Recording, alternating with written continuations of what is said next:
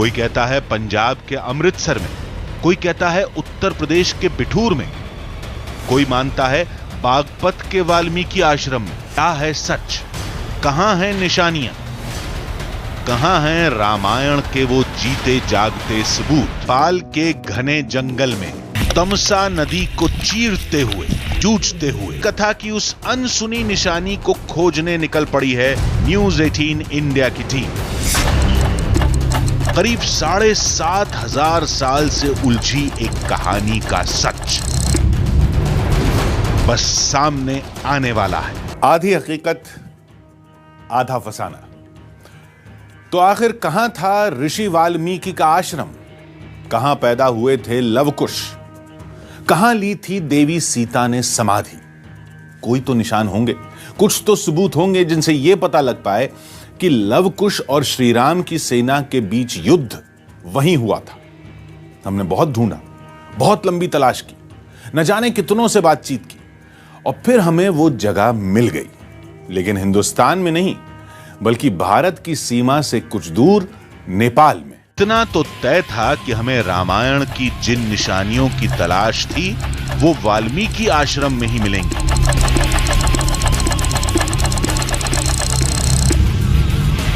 और रामायण काल के असली वाल्मीकि आश्रम को तलाशना ही सबसे मुश्किल काम था।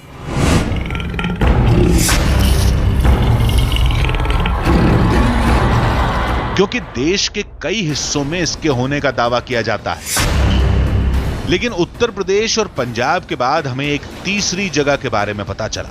वो था नेपाल के चितवन का वाल्मीकि आश्रम, जिसका दावा तीनों आश्रमों के मुकाबले ज्यादा मजबूत माना जाता है। वजह है इसकी भौगोलिक स्थिति, जो आज के मिथिला और जनकपुर के काफी करीब है।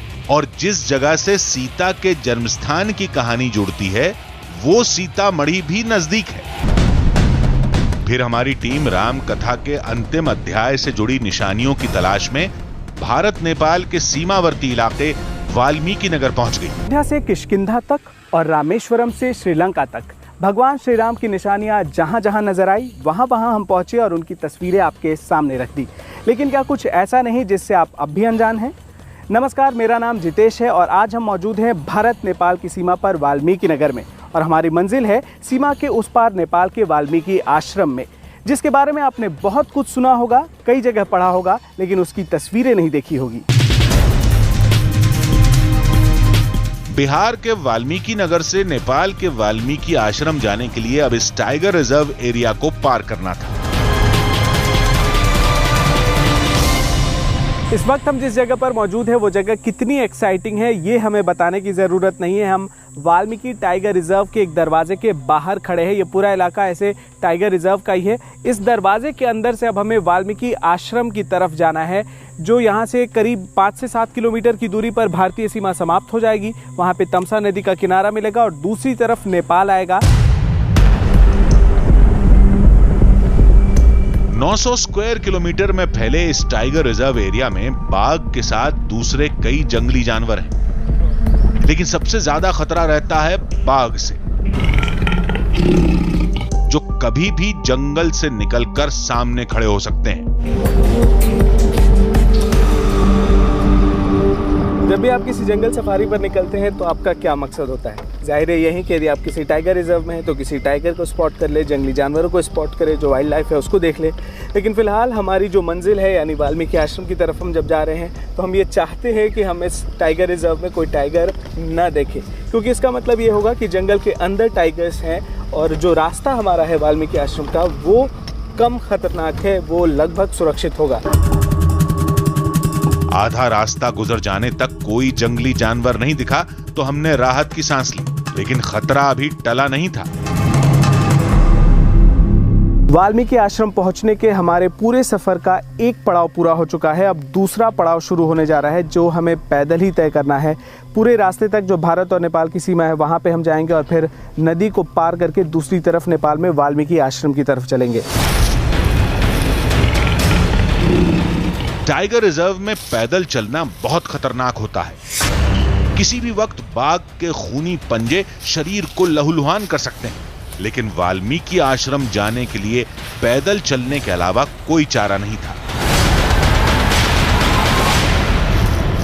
इस वक्त जंगल के जिस इलाके में हम पहुंच गए हैं वहां से आगे का रास्ता ही नहीं पता चल पा रहा है और ये सबसे बड़ी परेशानी है।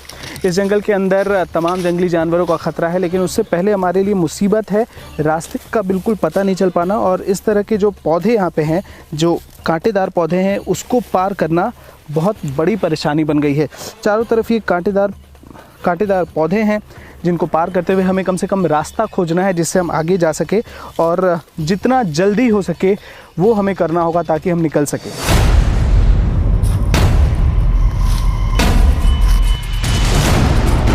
तमसा नदी का किनारा देखकर हमने राहत की सांस ली। मतलब त्रेता युग का वो अद्भुत साक्ष्य बेहद करीब था। अब हम अपनी मंजिल के बेहद करीब पहुंच चुके हैं। ये तमसा नदी का किनारा है, वो तमसा नदी जो आज भारत और नेपाल के बीच की जो बाउंड्री है उसको डिसाइड करती है। इस इलाके में इस नदी के एक तरफ भारत है, दूसरी तरफ नेपाल है। लेकिन इस नदी की कहानी सिर्फ इतनी नहीं है कि ये दोनों देशों के बीच में सीमा रेखा का काम करती है, बल्कि कहानी बहुत बड़ी है, बहुत पुरानी है। वो पूरी कहानी भी आपको बताएंगे, लेकिन पहले इस नदी को पार करते हैं।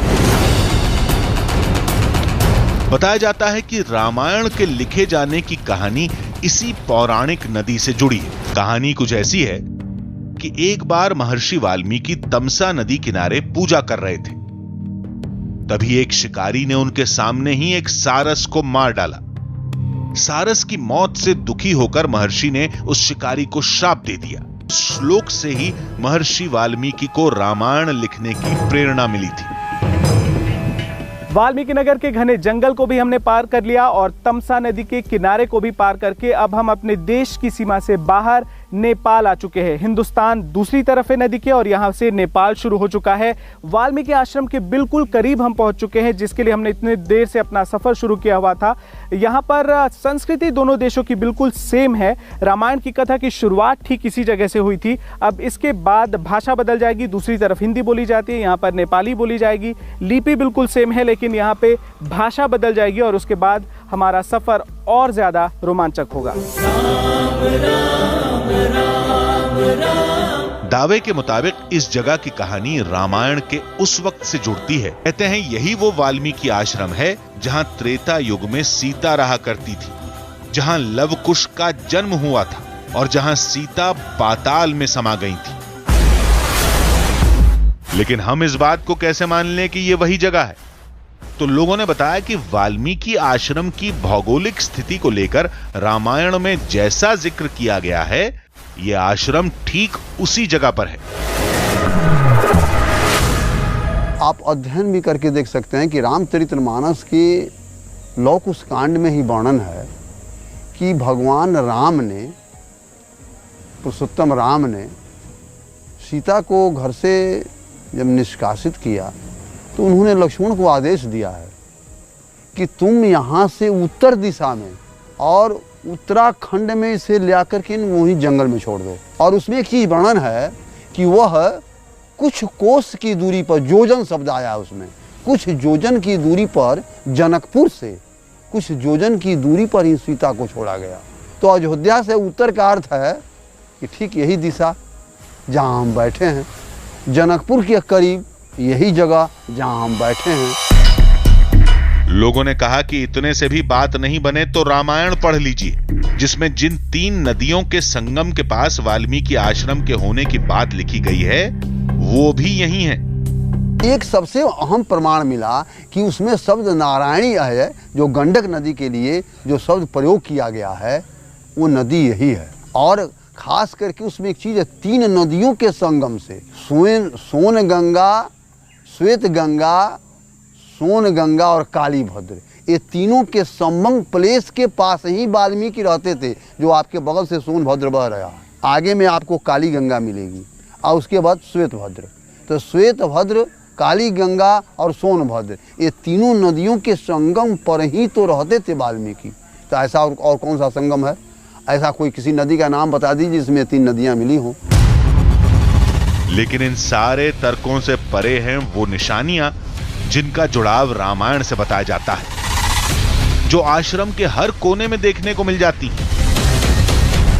यहाँ आप अभी भी देख सकते हैं, ये सीता माता पाताल प्रवेश स्थल, जहाँ 88,000 ऋषियों ने तपस्या की थी, जहाँ लव कुश ने घोड़े को बांधा था। ये अमृत कुआं है, जहाँ ये सीता माता बैठकर कंद मूल फल फूल खाया करती थी। और रामचरितमानस जो वाल्मीकि रामायण की रचना हुई, जो उन्होंने तपस्या की, तो यह इनकी साधना भूमि है। सीता जी इस वाल्मीकि आश्रम में एक सामान्य महिला की तरह रहती थी, जिनसे जुड़ी कई चीजें आज भी देखने को मिल जाती हैं। जैसे ये विशाल सिलबट्टा, दावे के मुताबिक त्रेता युग में सीता इसका इस्तेमाल करती थी। कहा जाता है कि अभी का मानव लोग बहुत छोटे होते हैं, लेकिन वास्तव में उस समय में त्रेता युग में 7 हाथ के इंसान होते थे। तो उसी तरह से ये सिलवट और लोहरी का ढांचा भी बड़ा है, और इसमें सीता माता ने इस सिलवट लोहरी पर अपना जड़ी बूटी मसाला, जो भोजन के परिकार थे, वो सीता माता यहीं पर पीसती थी। आप लोग इसको मानते हैं कि त्रेता युग से उतने वक्त से ये मौजूद रहा? जी हाँ, किंवदंती और वेद पुराण के हिसाब से देखा जाए तो उसी समय का माना गया है। इस आश्रम का हर कोना रामायण के अंतिम अध्याय से जुड़ा बताया जाता है। अब इसको लेकर कहा जाता है कि सीता जी यहां अपना घड़ा रखा करती थी। ये कौन सी जगह है पुजारी जी? ये सीता माता को गागरो रखने ठाव। इसका मतलब ये होता है कि सीता माता जो तामसा नदी से जल भर के लाती थी, तो उस जल को यहाँ पर रखा जाता था घड़ा में। अच्छा, तो ये जो निशान बने हुए हैं जी, ये जो निशान है, आप कह रहे हैं कि घड़ा रखने के निशान जी, उस वक्त घड़ा रखा जी, घड़ा रखा जाता था। उस वक्त सोने की, तांबे की, पीतल की घड़ा होती थी, तो ये घड़ा इस पत्थर के ऊपर रखने से घिस गया है, तो इस वजह से इसमें निशान कुछ रह गए हैं। यहां आने वाले आम लोगों के दिमाग में इस जगह की पौराणिकता को लेकर कोई सवाल नहीं होता। यहां की हर निशानी में लोगों को राम और सीता का अक्स दिखता है। चितौन राष्ट्रीय निकुंज है, जहां पर वाल्मीकि ने यहाँ बैठकर रामायण का रचना किया था, और यहाँ सीता जी को यही आश्रम था, यहीं बैठ के उनने लव कुश का जन्म दिया। और यहाँ पर निशान है जो राम का अश्वमेध यज्ञ में जो छोड़ा हुआ घोड़ा है, वो बांधे वाला जगह है। सीता जी के पाताल प्रवेश करके स्थान है, जो अभी भी है यहाँ। हम पौराणिक कथाओं के उलझे तारों को सुलझाने में जुट गए। जब हमने इस सिलसिले में धाम के पुजारी से बात की, तो इनसे एक अलग ही बात सुनने को मिली। हवन कुंड में कभी कभी आग अपने आप प्रज्वलित होता, अपने जलता है। दूर से देखने पर लगता है कोई इंसान मानवीय कद में बैठकर वो आग जो है वो हवन कर रहा है या सेक रहा है, वह अग्नि का उपभोग कर रहा है।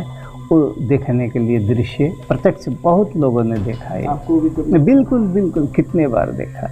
कभी कभी सीता जी माता जी का एक कैसा आभास होता है, जैसे इस मंदिर में कभी देर भी हो जाता है पूजा के लिए होता है, तो दरवाज़ा खोल के जब हम यहाँ पहुँचते हैं तो ये मूर्ति से मालूम पड़ता है कोई निकला है। अब इस रहस्य को सुलझाने के साथ हमें वो जगह देखनी थी जहां लव कुश का जन्म हुआ था।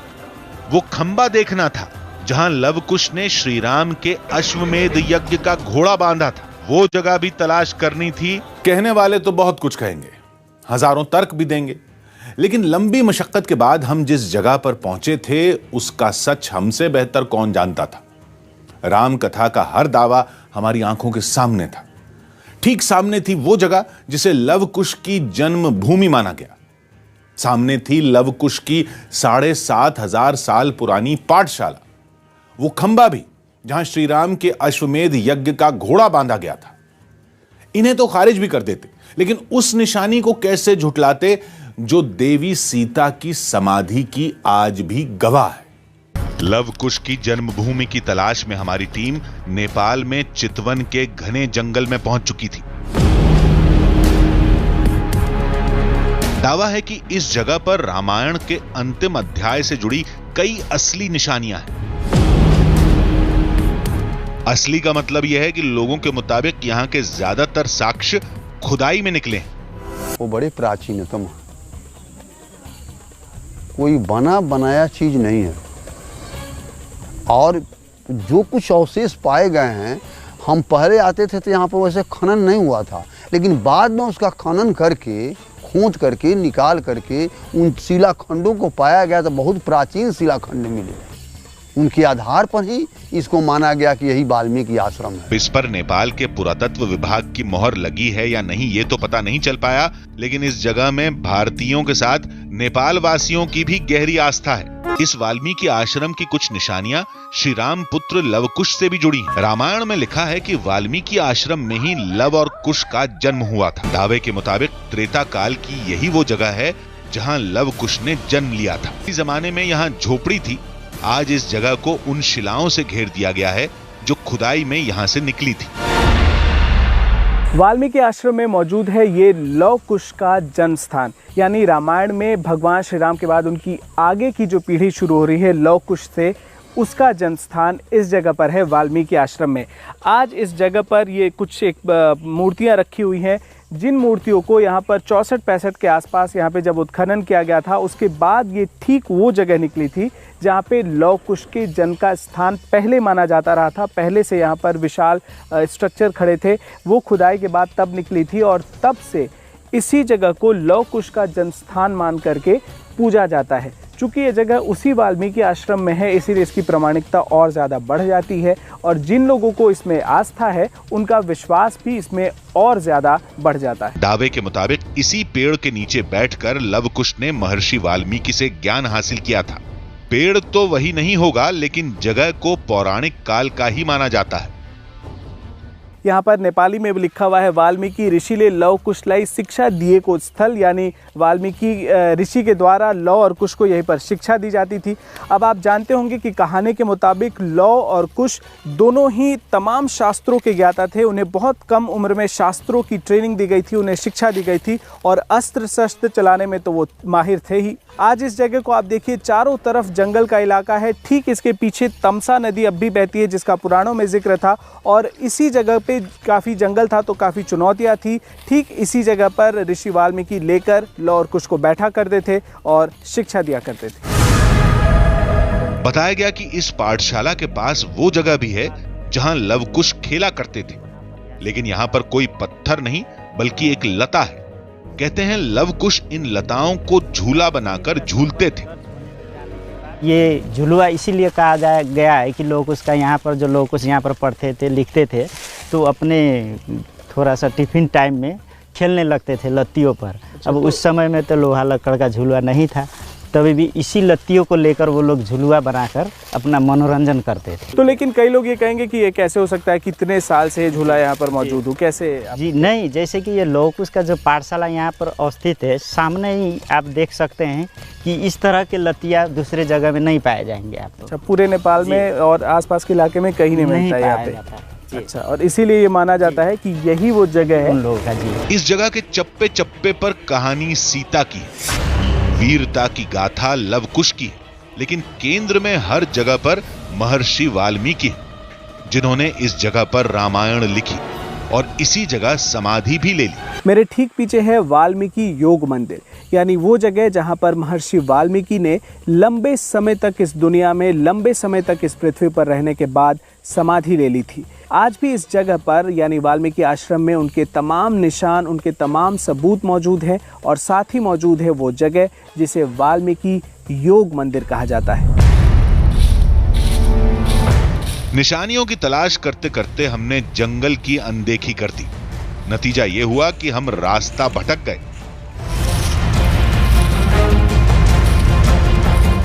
जंगली हाथियों को लेकर हमारी टीम को पहले भी चेतावनी मिल चुकी थी, लिहाजा बहुत सावधानी के साथ आश्रम में वापस जाने का रास्ता तलाशना था।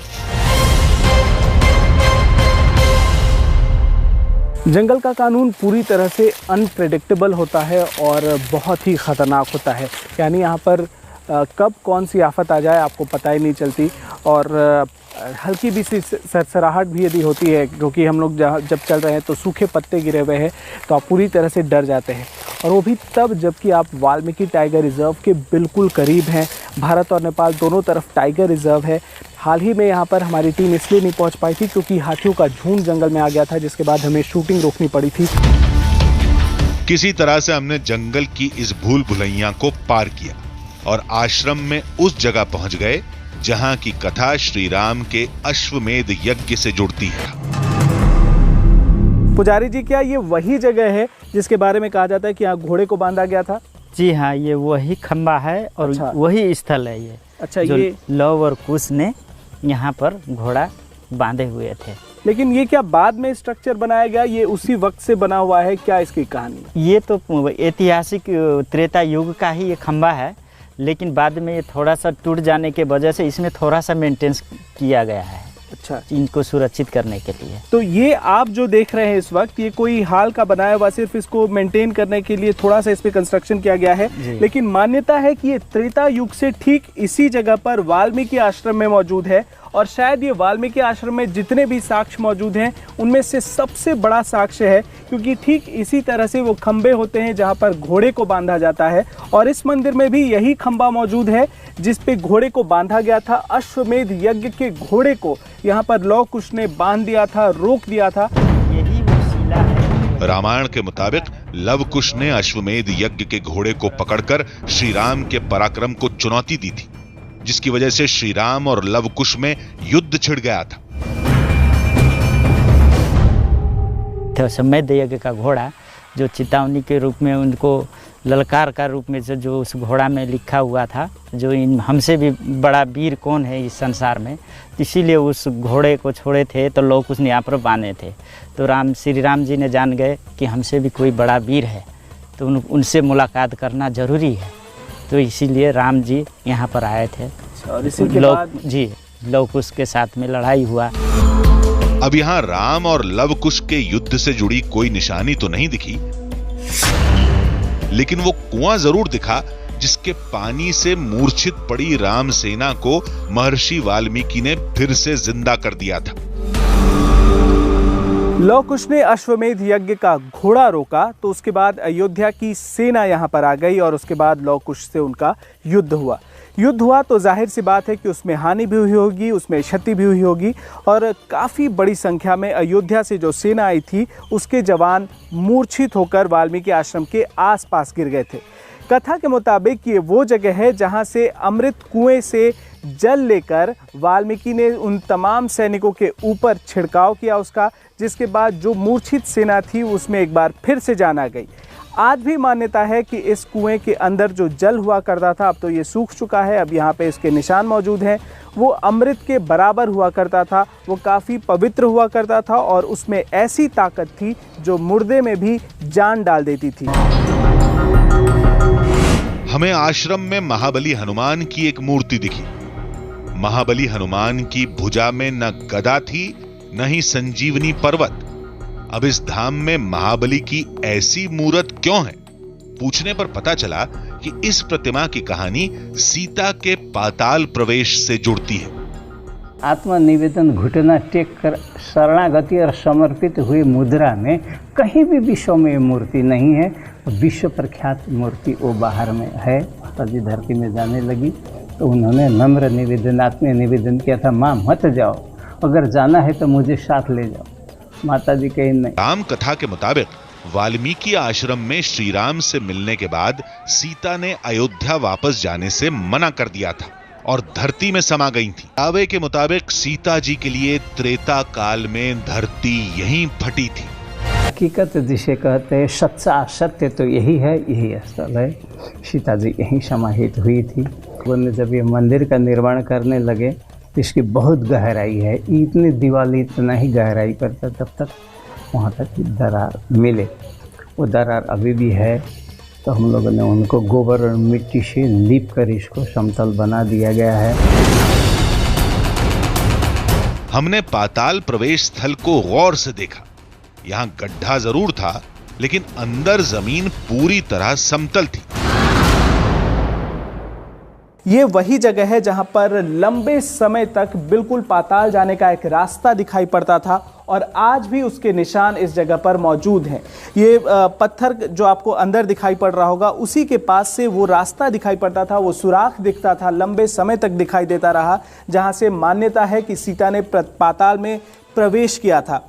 कई पुराने लोग जो हमें मंदिर में मिले, उन्होंने बताया कि उन्होंने खुद अपनी आंखों से वो सारे दृश्य को देखा था, जो पाताल का रास्ता दिखाई पड़ता था। लेकिन इसके बाद इसके ऊपर कुछ लेप लगा दिए गए और हाल में ये कंस्ट्रक्शन किया गया है जिसे पाताल प्रवेश स्थल कहा जाता है। और जितने भी लोग आते हैं उनकी काफ़ी मान्यता है इस जगह में, और यही माना जाता है कि ठीक इसी जगह से सीता ने वसुंधरा के पास यानी पाताल में प्रवेश किया था। दावे के मुताबिक इस वाल्मीकि आश्रम का एक एक कण रामायण से जुड़ा है और इस जगह से लोगों की गहरी आस्था भी जुड़ी है। हालांकि कुछ तर्कशास्त्री और जानकार इसे किस्से कहानी बताते हैं।